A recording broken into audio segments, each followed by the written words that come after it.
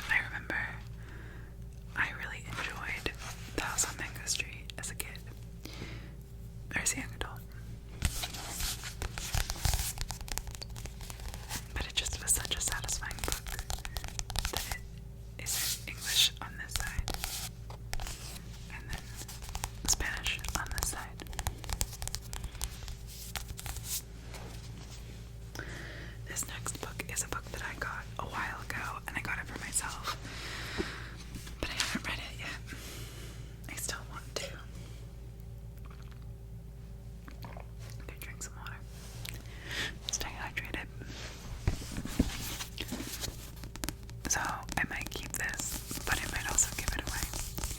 This is my issue with books, is I'll usually buy them, especially books that I haven't read, and I'll be like, wait, but I want to keep it. This book is called The First Collection of Criticism by a Living Female Rock Critic by Jessica Hopper. One of my favorite authors is a music critic named Hanif Abdurraqib, and I'm sure I've mentioned his work before. But I was fascinated by the title of this book. It was published in 2015 and reissued now with a foreword by Samantha Irby in New Material.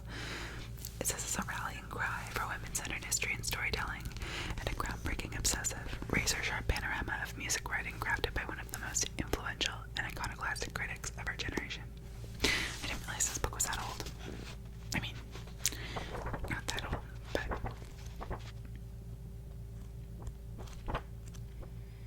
I'm fascinated to read this. Deconstructing Lana Del Rey. Stop. Okay, love.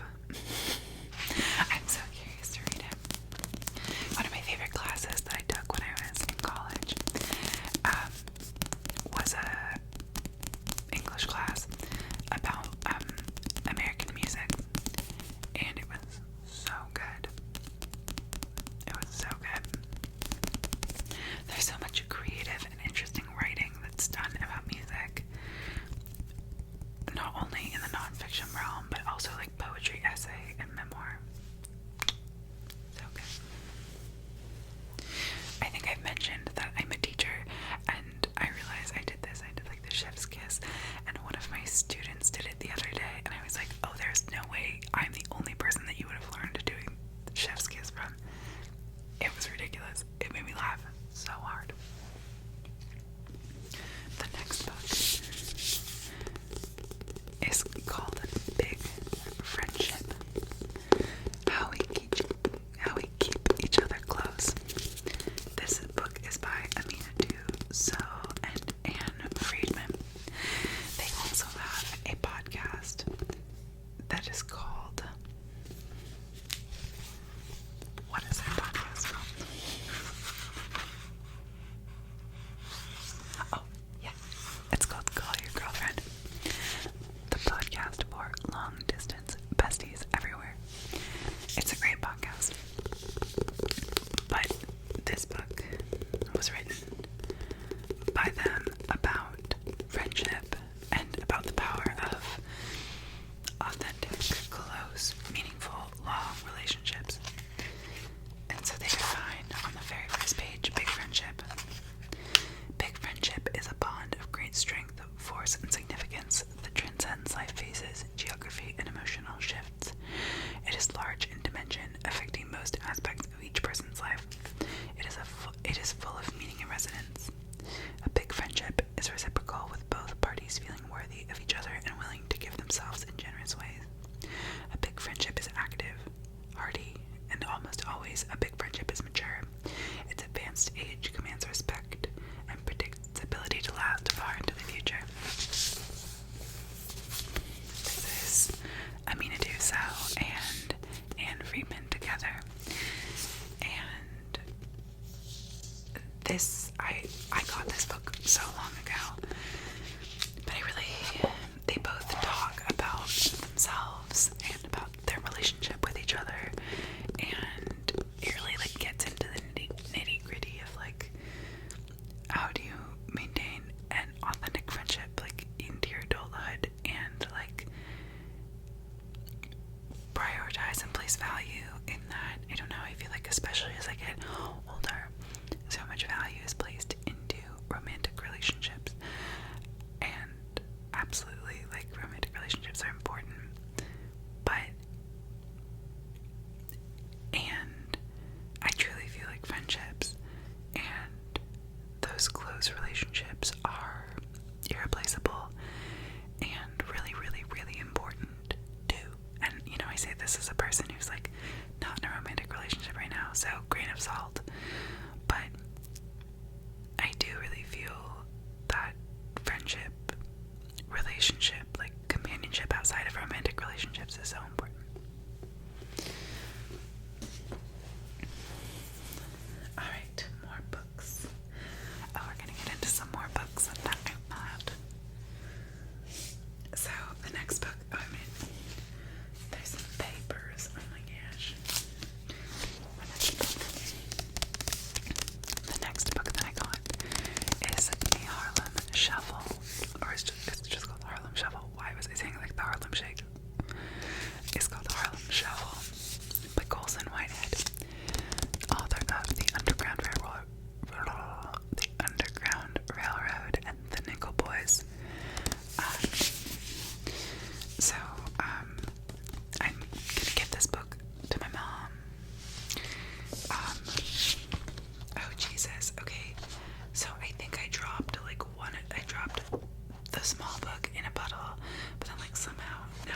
these books have like dirt on them.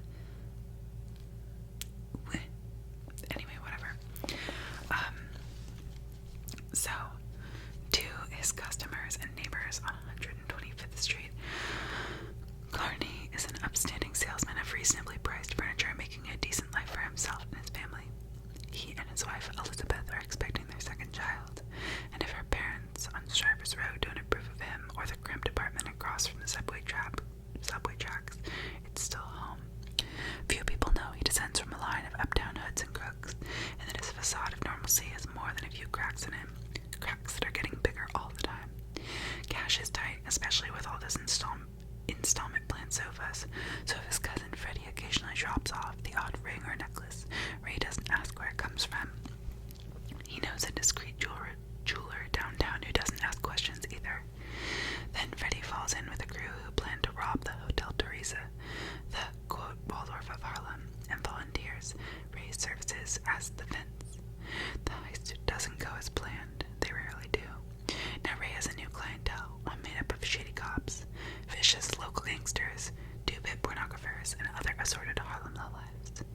Thus begins the internal tussle between Ray the striver and Ray the crook.